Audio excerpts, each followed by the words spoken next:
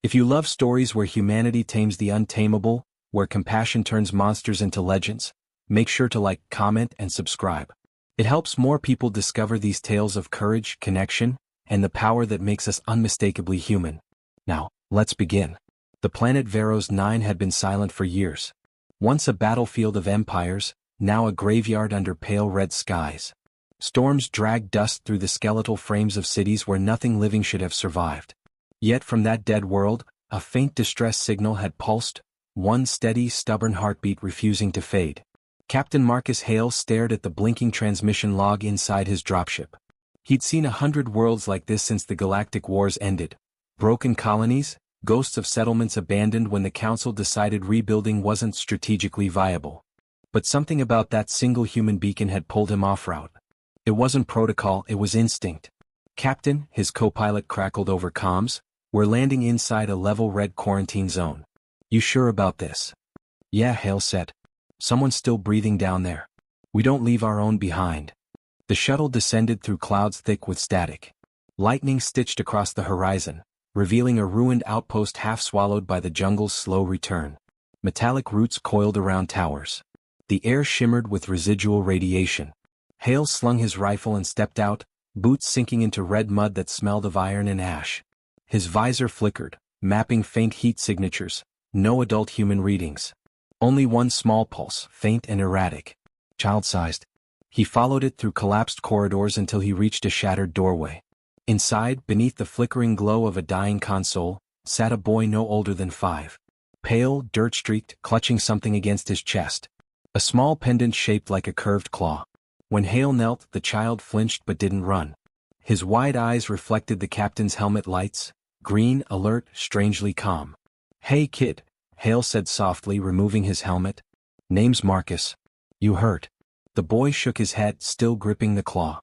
He said you'd come. Who said that? The boy looked toward the doorway.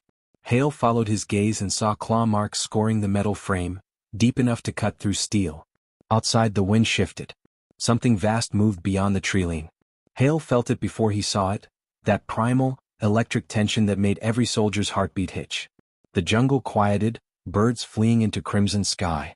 He raised his rifle. Kid, we're leaving. Now. But the boy didn't move. He stared into the dark, eyes bright. He's not bad. He kept me safe. The words froze Hale. Every report from this sector spoke of one surviving predator, a creature born in the war's deepest laboratories. The Exwararthale, the galaxy's perfect hunter. They'd raised entire battalions and vanished when their masters fell. The Council classified them extinct, but soldiers whispered that one remained, the black ghost of Varos 9. And now, apparently, it was babysitting a human child. Hale scooped the boy into his arms and retreated to the shuttle. His team secured the perimeter, sensors pinging faint tremors circling the clearing. Multiple contacts, the tech muttered. Large. Moving fast. But when the shapes breached the fog, they weren't predators. Just old defense drones, gutted, their armor stripped clean as if by precision tools. Not torn, not crushed. Harvested. Something intelligent had done this. Inside the shuttle, the boys slept curled beneath a blanket, still holding the claw pendant. Hale studied it under the cabin light. The metal wasn't human, it pulsed faintly with residual bioenergy. When he brushed his thumb across it, the pendant reacted, an image flickered through his mind, a flash of memory that wasn't his own. A massive figure crouched beside a smaller one, offering the same claw like a gift. He dropped it, breath caught. Captain? The co-pilot asked. Nothing. Hale straightened, masking the unease crawling up his spine. We'll stay the night. Assess the site at first light. Outside, storms rolled across the plains. Later, unable to sleep, Hale checked the perimeter cams. One by one they went static, short bursts of interference followed by silence. He switched to thermal mode and froze. Beyond the shuttle, 20 meters out, 2 golden eyes glowed through the dark. Unblinking. Watching. Hale reached for his weapon. The creature didn't advance. It just stood there, massive shoulders rising and falling with slow breaths. The faint shimmer of biometal reflected lightning across its skin, black and silver, patterned like armor yet alive. Then it turned, vanishing soundlessly into the trees. The next morning, Hale found something by the shuttle door, a smooth white bone carved into a perfect sphere, placed neatly beside the ramp. Like an offering. He crouched, studying it. Tiny indentations, teeth marks, maybe? The boy appeared beside him, rubbing his eyes. You found his ball, Eli said sleepily. His what? His ball, the boy repeated. We play with it. Hale blinked. You and him? The child nodded solemnly. He waits until I wake up. He's careful. Doesn't break it anymore. A shiver passed through Hale. The deadliest predator in the known galaxy played fetch with a child. Back inside, Hale pulled up the mission logs from years past. The last combat footage of the Exwarathale filled his visor. Towering beasts tearing through armored platoons, impervious to gunfire, their claws slicing through tanks like paper. But there, in the background of one recording, Hale noticed something strange. A single creature breaking formation to drag a wounded human soldier out of the crossfire before disappearing. That soldier had survived. His name flickered in the records, Marcus Hale. Hale leaned back, pulse steady but mind racing. He remembered that day dimly, smoke, confusion, the sense that something massive had shielded him when his unit fell. He'd always assumed it was debris, luck, or misfire. Now he wasn't so sure. Captain? One of his crew called from outside. You need to see this. He stepped into the daylight. Around the clearing, massive footprints ringed the shuttle, each deep enough to swallow a helmet. But not random, deliberate. Forming a pattern. A circle around the craft, protective rather than predatory. Hale's throat tightened. He wasn't being hunted. He was being watched. Guarded. That night, when the child asked if they could stay, just one more day so he knows we're safe, Hale didn't argue. He sat by the ramp long after everyone else slept, the carved bone sphere resting beside him. The jungle murmured, alive with unseen movement. Somewhere beyond the trees a faint rumble rolled, not thunder but a growl tempered with restraint. For reasons he couldn't name, Hale whispered into the dark. If you can hear me, thank you. A branch cracked. Leaves rustled. Then silence. In the morning the sphere was gone. Hale stared at the empty spot, caught between relief and longing. The boy stirred inside, laughing in his sleep. He didn't know what the thing wanted or why it protected them. But he knew one truth, this was no random encounter. Something had tied their lives together long before that distress signal ever reached him. And somewhere in that dying jungle, the galaxy's most feared predator had chosen to watch over a human child. Hale raised his eyes toward the storm-lit horizon, unaware that every movement, every breath, was being studied by those same golden eyes, and that his next decision would determine whether man and monster remained separate stories, or began one together. The wind shifted, carrying the faint sound of heavy footsteps circling just beyond sight. Then came a low, almost playful rumble. Something rolled to a stop at Hale's boot, a smooth white sphere. He looked up, heart pounding. The jungle stared back. And somewhere deep within it, unseen but unmistakably near, something enormous waited for him to throw it back. The second night on Varos 9 came colder than the last. The jungle pulsed with low, alien heartbeats, trees whispering through static, ground trembling with movement far too steady to be wind. Captain Marcus Hale sat by the dying fire outside the shuttle, watching the dark like a man expecting an answer. He wasn't sure why he stayed. His orders were to return to orbit, report, and let the Galactic Council decide what to do about the so-called survivor.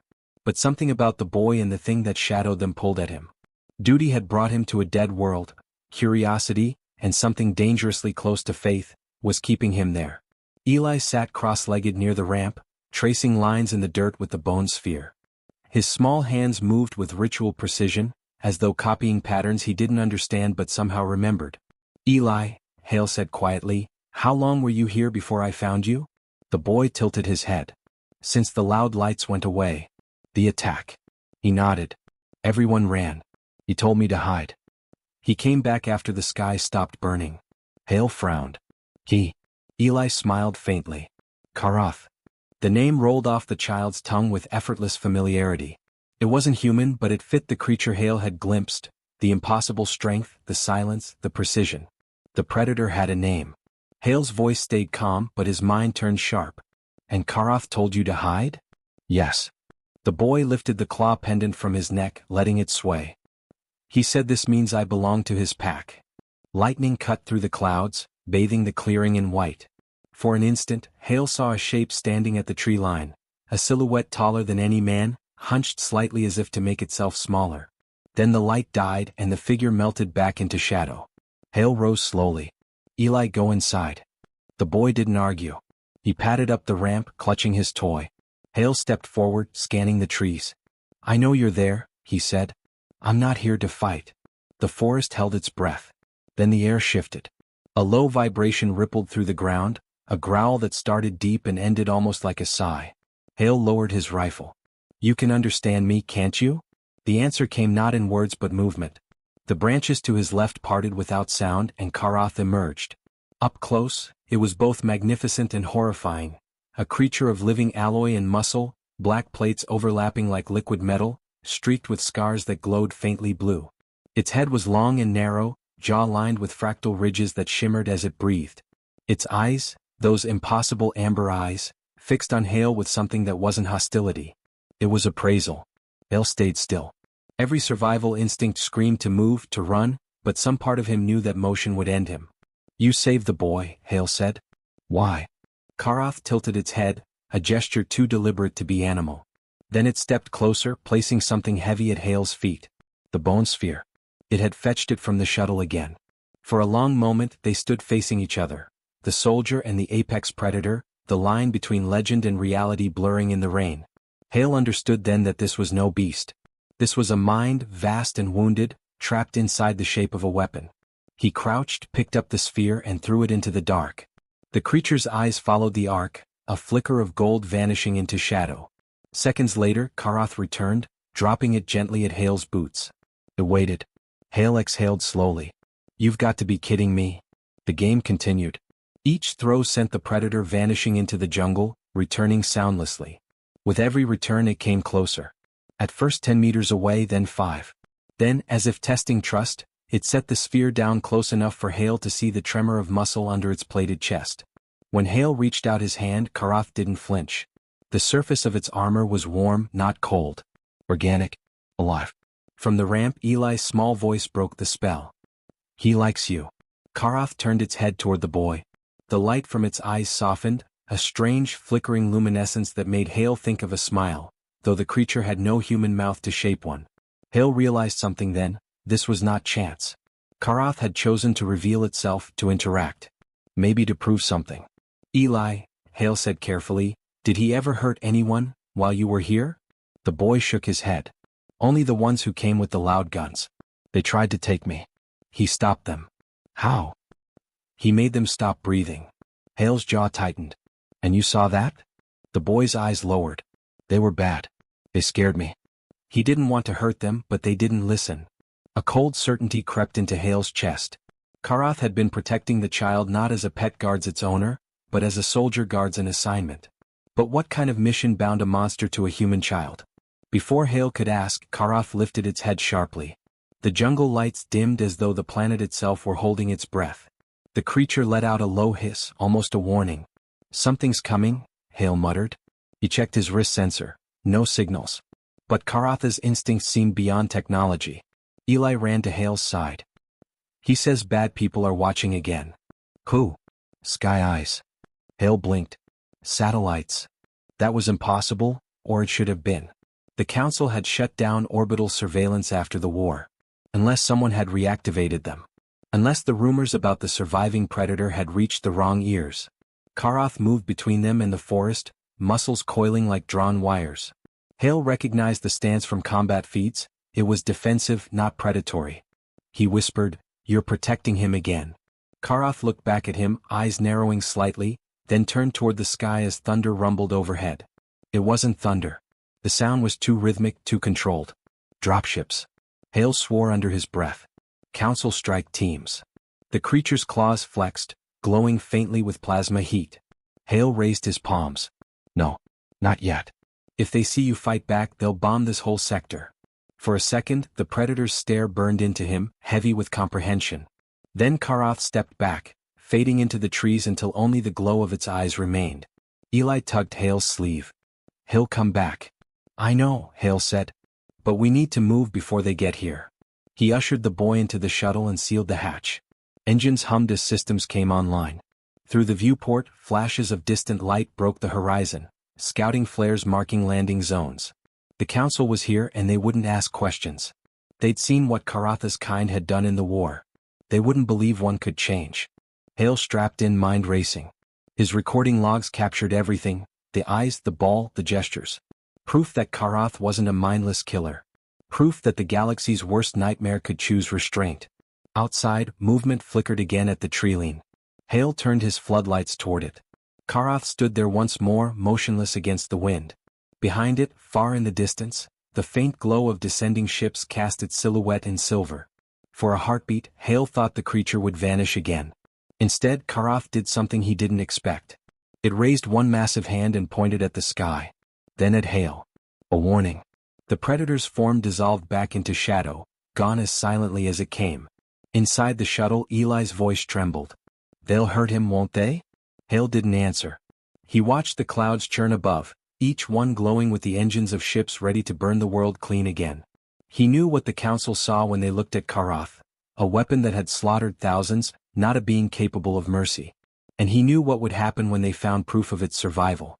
But he also knew he couldn't let them kill it. Because beneath the fear, beneath the armor, Hale had seen something that no sensor could measure. Intelligence. Compassion. The faint reflection of humanity in a creature built for war. He looked down at Eli, whose small hand still clutched the claw pendant. "Get some rest, kid," he said. "Tomorrow's going to get loud." Eli's eyes drooped. "He'll find us. He always does." As the boy drifted to sleep, Hale sat in silence, listening to the wind scrape against the hull. He thought of the creature's gaze, the deliberate gentleness with which it had dropped that ball. He'd seen men who couldn't summon that kind of control. Maybe the universe's deadliest predator wasn't what the galaxy needed to fear. Maybe it was what it needed to understand. Outside, far beyond the treeline, Karath watched the shuttle rise. The golden eyes blinked once, then turned toward the incoming ships with a resolve that felt almost human. The war wasn't over. Not yet. And this time, its first shot wouldn't be fired in hatred, but in defense of the only bond that had ever tamed the beast. The first explosions came before sunrise. From the cockpit of the shuttle, Hale watched streaks of plasma light carve through the clouds and hammer the forest beyond the ridge. Each impact turned night into white fire, shaking the air in rolling waves. The boy stirred in his seat, small hands clutching the pendant tight against his chest. "They found him," Hale said under his breath. Council ships, sleek and unmarked, descended in formation, their engines a dull thunder that seemed to vibrate through the bones. He recognized the insignia burned into their hulls: Strike Command, Division 7. These weren't reconnaissance units. They were exterminators. Eli's voice was small. "They'll hurt him again." Hale checked his rifle, its charge indicator pulsing red. "Not if I can help it." He'd been on missions like this before. The Council didn't negotiate with anomalies, they erased them. But Karath wasn't an anomaly anymore. He was something more, a living contradiction that the galaxy couldn't afford to understand. Compassion inside a weapon. Mercy in a design built for slaughter. And that terrified them more than his claws ever could. Static hissed across the comms. A familiar voice broke through, crisp and emotionless. "Captain Marcus Hale, this is Commander Terran Voss. You are in violation of containment protocol. Power down your vessel and surrender the biological subject." Hale muted the channel. "Boss." He'd served under her during the Meridian sieges. Efficient, cold, loyal to the Council's doctrine of control above conscience. She wouldn't stop until the predator was reduced to ash. Eli looked at him, eyes wide. "What does she want?" "She thinks she's saving us," Hale said. "But she's wrong." He powered the engines just long enough to mask their thermal trail, then cut them. The shuttle sank into silence, hidden beneath the thick canopy. Hale slung his rifle, motioning for Eli to stay low. "If they see us, they'll shoot first." Outside, the jungle glowed faintly from distant fires. Hale moved through the smoke like a shadow, helmet visor filtering the heat waves. He wasn't searching for the strike team. He was searching for Karath. He found the first sign near a charred ridge: 3 Council drones torn open like paper, their plasma cores removed. Each unit was dismantled with surgical precision, no wasted motion.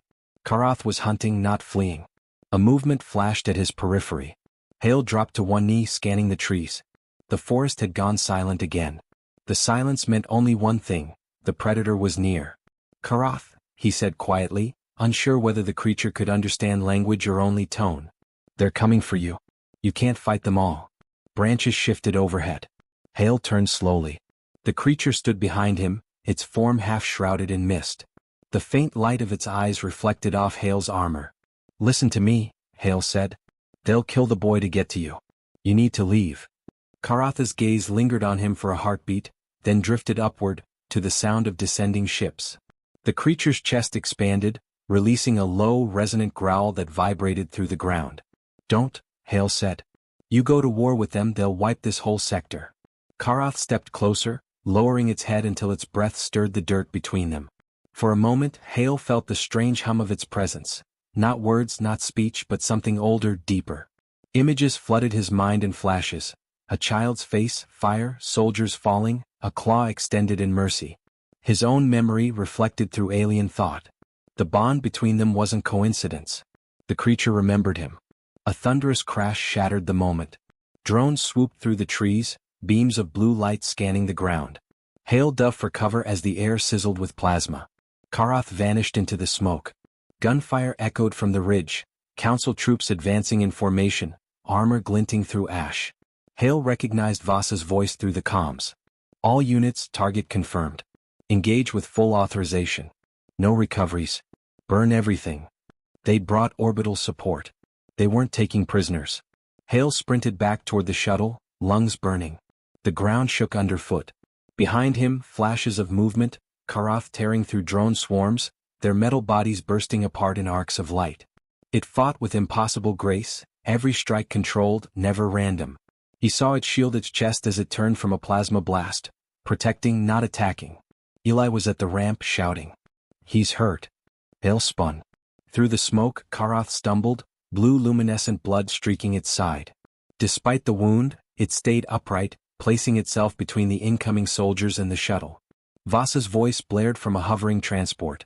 "Step aside, Captain. That thing killed thousands." Hale raised his weapon toward her.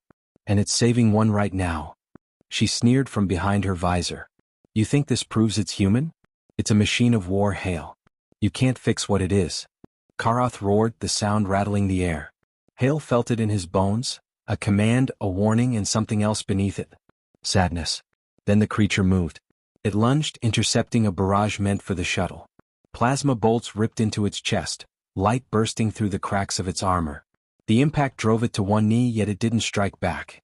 Instead, it raised one arm, shielding Eli as shrapnel sprayed the clearing. The boy's cry tore through the noise. "Stop. He's trying to help." Even the soldiers hesitated. The creature's form flickered in the flames, kneeling as if in prayer, protecting the child. Hale saw in that instant what no data file had ever shown: choice. The instinct to kill had been overwritten by something stronger. He opened the shuttle's external comms and broadcast the live feed across all council channels. The footage streamed in real time, the galaxy's most feared predator shielding a human child. "Vas," he shouted, "the whole network can see you now. You kill him, you do it in front of every world that ever feared the dark." Her expression hardened. "Then they'll see why we fear it." She lifted her hand to signal the final strike. Karath looked at Hale one last time. The light in its eyes flickered, not in pain but in resolve. It rose, towering, and released a guttural cry that shook the sky itself. The sound wasn't rage, it was defiance. The creature slammed its claws into the ground. Energy rippled outward in a concussive wave, toppling drones and scattering troops. The air split with electricity, systems shorting out in every direction. Hale's visor overloaded with static. When the light cleared, Karath stood alone amidst wreckage, body smoking, armor cracked. Vasa's ships retreated to the upper atmosphere, engines faltering from the electromagnetic surge. Eli ran forward before Hale could stop him. The boy pressed his small hands against the creature's side, tears streaking through the soot on his face. "Please," he whispered, "don't go." Karatha's head lowered until it touched the ground beside him. Hale approached slowly. The creature's breathing was shallow but steady. "You did it," Hale said. "You stopped them." The creature turned its gaze toward the sky, where the ships disappeared into the clouds. Then back to Hale as if to say the battle wasn't victory, it was warning. The galaxy would return, stronger, less hesitant next time. Hale placed a hand on its forearm, feeling the rhythmic pulse of energy beneath the skin. "We'll find a way," he said quietly. "We'll make them see." Karath blinked once, slow and deliberate. From the tree-line, the jungle began to hum again, faint vibrations resonating through the earth. The flora reacted to the creature's energy, bioluminescent vines pulsing to the same rhythm as its breath. For the first time, Hale understood. This planet wasn't just where Karath survived. It was connected to him, alive because of him. Overhead, the clouds began to break, revealing the pale red sun climbing over the horizon. The light fell across the clearing, catching the sheen of the creature's armor and the streaks of blood that shimmered like liquid crystal. Eli leaned against Karatha's arm, exhausted. Hale looked at the boy, then at the massive figure beside them. "They'll come back," he said. "Next time they won't just send soldiers." Karatha's eyes flared faintly, then dimmed. Its voice came not as sound but as a whisper inside Hale's mind, a single wordless message of trust. Then the creature closed its eyes. Hale knelt there in silence, the jungle stirring with distant echoes of engines retreating into the sky. He didn't know if Karath was dead or merely sleeping. But he knew the truth was now out there, burning across the galactic net for every world to see. The Council couldn't bury this. Not anymore. As the first light of morning swept across the battlefield, Hale rose and looked toward the horizon. Somewhere beyond that sky, the story of the monster that protected a human child was already spreading, and with it, the first crack in the fear that had ruled the galaxy for centuries. Behind him, the wind shifted. A low, rasping breath stirred the dust. Karatha's chest rose once more, and for the first time Hale smiled. The broadcast traveled faster than any fleet. Within hours, every major colony in the Spiral Reach had seen the footage. The apex predator of the Ether Wars, once feared for wiping out entire battalions, kneeling beside a human child, shielding him from plasma fire. The image burned across data streams and public channels, unstoppable. The Council's information sensors couldn't contain it. On a world of iron towers and mirrored skies, the Galactic Council convened in emergency session. Their chamber was carved from obsidian and glass, suspended in orbit above the capital. Delegates filled the tiers, murmuring in disbelief. "This cannot be authentic," said one voice sharp. "It's fabricated propaganda." Another delegate raised a trembling hand. "The metadata is clean. Multiple sources confirm the feed." The predator displayed restraint, protection, even empathy. A third slammed his fist. "Empathy? It annihilated fleets. You would call a weapon that learned to love a child anything but a failure of control." At the center of the council floor, Commander Taryn Voss stood rigid in her black armor. The light caught her silver insignia, a mark of those who never questioned orders. "It's not empathy," she said flatly. "It's corruption. The human tampered with it. Reprogramming. Sentimentality disguised as conscience." Her words echoed through the chamber, but their weight faltered. Some faces turned thoughtful, uncertain. Fear was shifting, no longer certainty but doubt. Meanwhile, on the jungle world below, Hale crouched beside Karatha's resting form. The creature's massive chest rose and fell in shallow rhythm, glowing faintly beneath the skin. Around them, the air pulsed with quiet energy, and the forest seemed to breathe in harmony with it. Eli slept under Karatha's arm, small and peaceful despite the ash still falling from the sky. Hale couldn't remember the last time he'd seen the boy sleep so soundly. He spoke softly, knowing the creature might still hear. "They'll come again. You know that." Karatha's eyes opened slightly, reflecting the light of dawn. Hale met that gaze and saw something more than intelligence. It was understanding. The kind a soldier learns only after seeing the cost of obedience. A low hum vibrated in the air. Karath raised one clawed hand and pressed it to the ground. The soil responded with a faint tremor, a heartbeat of the planet itself. Hale realized the creature wasn't calling for aid. It was leaving a message, deep within the living network of the world. When Eli woke, the first thing he did was look at Karath. The second was to look at Hale. "Is he going to be okay?" "He's healing," Hale said, though the words were more hope than fact. Eli touched the creature's hand. "He's not a monster." "No," Hale said quietly. "But the galaxy still thinks he is." Hours later, a storm began to gather on the horizon, thick clouds of silver and black rolling toward them. Hale knew what that meant. Council reinforcements. They'd send a containment fleet this time, with orders to sterilize the region if they couldn't retrieve the body. He activated the comm array, boosting the distress beacon. A flicker of static, then a familiar voice cut through. "Captain Hale, this is Commander Voss. I suggest you answer before I turn that jungle into glass." Hale glanced toward Karath. The creature's eyes opened again. "I'm here," Hale said. "But you should know, the whole galaxy's watching now. You destroy this planet, you prove everything we said about you." Voss's tone didn't waver. "You think sentiment shields you? The Council fears what that thing represents. If it can think, it can rebel. If it can care, it can suffer. We can't allow either." Eli's voice rose behind Hale. "You're the monsters." Hale muted the channel, then knelt beside the boy. "She's doing what she was taught. But that's exactly what needs to change." The ground shuddered again. Karath was standing now, fully upright, towering above them. The wound across its chest glowed brighter, not with pain, but with purpose. It turned toward the incoming storm, the air thickening with static energy. Hale's instinct screamed. "Karath, what are you doing?" The creature extended one massive arm toward the sky. Lightning gathered above its claws, curling into a sphere of blinding light. The storm responded as if obeying him. Eli stepped closer, awestruck. "He's protecting us again." The light intensified until the whole forest shimmered. Hale shielded his eyes. When the radiance subsided, an immense pulse of energy rippled outward from Karatha's body, sweeping across the valley. Every active sensor, every drone and targeting beacon in orbit flickered, overloaded, and went dark. Voss's voice returned through bursts of static. What did you?" Then silence. The fleet above them vanished from the sensors entirely. Not destroyed but blinded. Karath turned back to Hale, lowering its arm. Its eyes dimmed, and the glow from its wounds faded to faint embers. Hale felt the weight of what it had done. It had cut itself off from the Council's scanners, erased its trace completely. "You've hidden us," Hale said softly.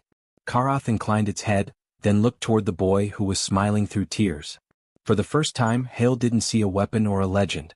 He saw something alive, learning what it meant to choose its own path. But far above the planet, in the Council's war chamber, Voss watched the fading telemetry with narrowed eyes. "It's still alive," she murmured. "And it's adapting." A voice behind her spoke, calm and precise. "Then we adapt faster. Prepare the sentience protocol." Voss turned. "That hasn't been authorized in decades." "It is now," said the High Chancellor. "If the humans have taught the Predator to care, we'll remind the galaxy why fear was safer." The screen before them flickered with Karatha's last recorded image, kneeling beside Eli. On the planet below, Hale packed what little gear remained, glancing toward the horizon. "We can't stay here," he said. "The Council won't stop until they either capture or erase him." Eli looked up at Karath. "Then we go somewhere they can't find us." Karath tilted its head as though listening to distant sounds. The jungle pulsed again in response, its luminescent veins glowing brighter, tracing paths that led beyond the valley, deep into the uncharted regions of the planet. "It's showing us the way," Hale said. The three of them, man, child, and creature, moved into the wilderness. Around them, the air shimmered with energy that felt ancient, protective. The deeper they went, the more the forest seemed to recognize Karath, trees parting, rivers glowing faintly with his passing. When they reached the edge of a canyon, Hale stopped. Below stretched an enormous network of crystalline structures, humming with dormant power. Karath stepped forward and pressed a claw to one of the pillars. The entire canyon lit up in response, each crystal resonating in the same tone that came from his chest. Eli stared. "It's his home. Or his kind's," Hale murmured. "But why here? Why this planet?" Karath turned toward him, and for a brief instant, Hale understood. Not through words, but through a flash of memory, images of thousands of beings like Karath, standing in silence beneath alien suns. Not soldiers. Guardians. Protectors of life before they were reprogrammed into killers. The truth hit Hale like a blade. "They weren't built for war," he said. "They were made to defend." Karath stepped closer to him, placing a massive clawed hand against Hale's chest plate. The faint hum that passed between them felt like gratitude. Eli smiled. "Then maybe we can make them remember." Before Hale could answer, a streak of fire split the sky. An orbital drop pod, Council grade, descending fast. "They found us," Hale said. Karath turned toward the falling light. There was no fear in his posture this time. Only resolve. The pod struck the ground miles away, sending shockwaves through the forest. Hale could already hear the engines of approaching craft. He looked at Karath. "If we fight, they'll destroy everything here." Karatha's gaze shifted to Eli, then back to Hale. Slowly, it sank one claw into the earth again, the energy around them rising in intensity. The crystals below the canyon began to vibrate, glowing with fierce light. Hale realized the creature wasn't preparing for battle. It was awakening something buried deep within the planet. The glow climbed higher, enveloping them in radiant gold. Hale shielded Eli as the canyon floor cracked open, releasing a pillar of energy that stretched into the sky. In orbit, Voss's fleet detected the surge seconds before all instruments failed. The world below bloomed with light, blinding, pure, and impossibly alive. Then it was gone. The jungle was silent once more. Hale blinked against the fading brightness. Where Karath had stood, only a faint impression remained in the soil, still warm to the touch. The crystals around them had dimmed, but one pulsed faintly like a heartbeat. Eli pressed his hand to it. "He's not gone," he whispered. Hale nodded, voice low. "No. He's just waiting." The light from the crystal flickered once as though in reply. And somewhere, far beyond the reach of the Council's sensors, something ancient stirred, a network of forgotten guardians reawakening one by one. Hale looked toward the horizon where the first ships of the Council's next wave appeared as faint glimmers in the sky. He took Eli's hand. "Let them come," he said. "This time they won't be fighting a monster." He turned toward the glowing canyon. "They'll be facing the ones who remember what it means to protect." The wind carried a faint echo through the forest, a deep, resonant growl that wasn't threat or fury. It was a promise. Karath was out there, watching, waiting. And the galaxy, for the first time in centuries, had something new to fear. Hope. The first tremors began at dusk. Subtle, rhythmic pulses that rippled through the jungle floor like the slow breathing of something immense beneath the surface. Hale felt them through his boots as he and Eli crossed what remained of the crystalline canyon, now half buried in ash and shimmering dust. Above them, the sky had gone strange, split between bruised clouds and a faint aurora that painted the horizon in shifting green and violet hues. Eli kept close, one hand gripping Hale's sleeve. "It's him again, isn't it?" Hale scanned the horizon. It's something connected to him. The world's waking up. He could feel it too, an undercurrent of power that hummed in his bones, the same resonance Karath carried in every movement. The energy wasn't chaotic. It was deliberate, as though guided by unseen hands. Their comms crackled, startling them both. "Captain Hale." The voice was filtered but familiar. "Commander Voss. You're alive. Good. That saves me the trouble of retrieving your corpse." Hale didn't answer immediately. He could hear the faint roar of engines in the distance, dropships entering the atmosphere. The Council's fleet had returned, and this time they weren't hiding behind censorship. "I saw the feed," Voss continued. "The entire galaxy did. You turned a weapon into a savior. The Council split in half because of you." Hale smiled bitterly. "Then maybe it's time they broke." "You don't understand," she said. "Half of them want to study what happened, to see if others like it can evolve. The rest want to burn every trace to ensure it never happens again. You've started a war of ideology, Hale. And you're standing in the crossfire." He looked toward the horizon. In the fading light, 3 Council warships descended through the clouds, their hulls gleaming with cold fire. "Then let's finish what we started." Eli's voice trembled. "But Karath is gone." "No," Hale said quietly. "He's listening." The ground pulsed again, stronger this time. The trees around them swayed though there was no wind. The crystals embedded in the soil began to glow, one after another, like stars being lit across the earth. Hale felt the pattern, the rhythm. Karatha's pulse. Voss's tone sharpened over the calm. "Hale, if you can hear me, get off that planet. The Council's authorized a sterilization protocol. You can't stop it." "You tried that once," Hale said. "And something stopped you." He turned to Eli. "Stay behind me. No matter what happens." The sky ignited as the first bombardment began, streaks of plasma cascading through the atmosphere like falling suns. Hale braced for impact, but the blasts never hit. Instead, each bolt froze midair, suspended in a haze of pale light. The air thickened. The hum of the planet grew into a roar. And then the earth split open. Karath emerged from the chasm like a god rising from the bones of the world. His body had changed, sleeker, darker, and alive with radiant veins of blue and gold energy. The wound that once tore his chest had become a glowing core that pulsed in time with the planet's heartbeat. Eli gasped. "He's part of the world now." Karath lifted his gaze toward the descending fleet. The plasma bolts hanging in the sky dissolved into harmless light. Hale stepped forward. "They're coming for you again." The creature's reply wasn't a roar but a low, resonant tone that vibrated through every stone and tree. It wasn't fear. It was calm defiance. Voss's voice returned over the comm, now strained. "My scanners, Hale, that thing is rewriting atmospheric data. It's not just alive, it's integrating." Hale realized the truth. Karath wasn't hiding anymore. He was merging with the planet's living network, becoming its guardian, its will made flesh.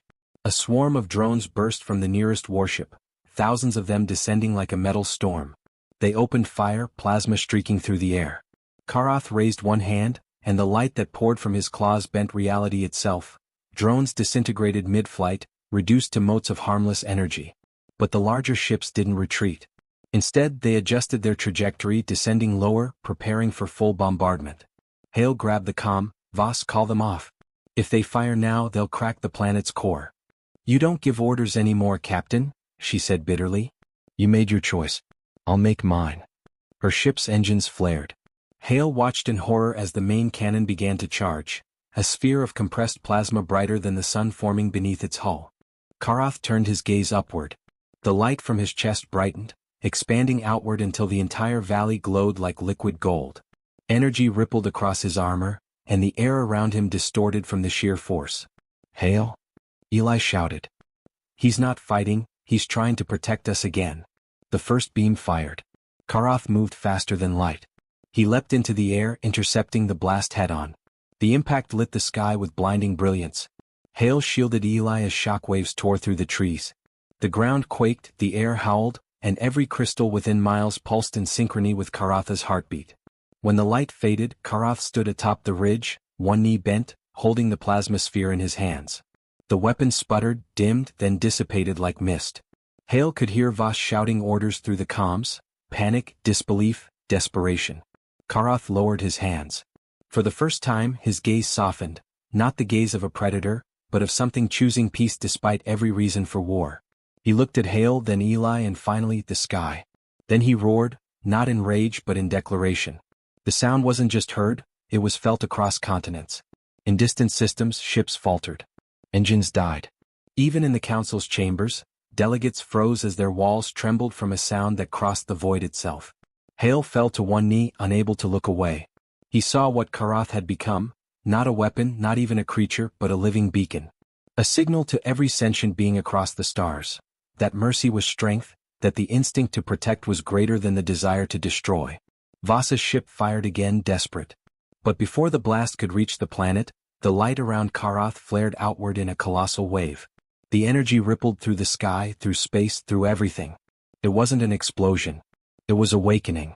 When the light cleared, the warships were gone. The jungle was still. The world was whole again. Hale opened his eyes to silence. He could feel warmth on his face, the kind that wasn't from sunlight but from something deeper. Eli was beside him, staring upward in wonder. Above them, the aurora had changed. It shimmered not with chaos but with patterns, lines of light tracing symbols across the heavens. Karatha's markings etched into the sky itself.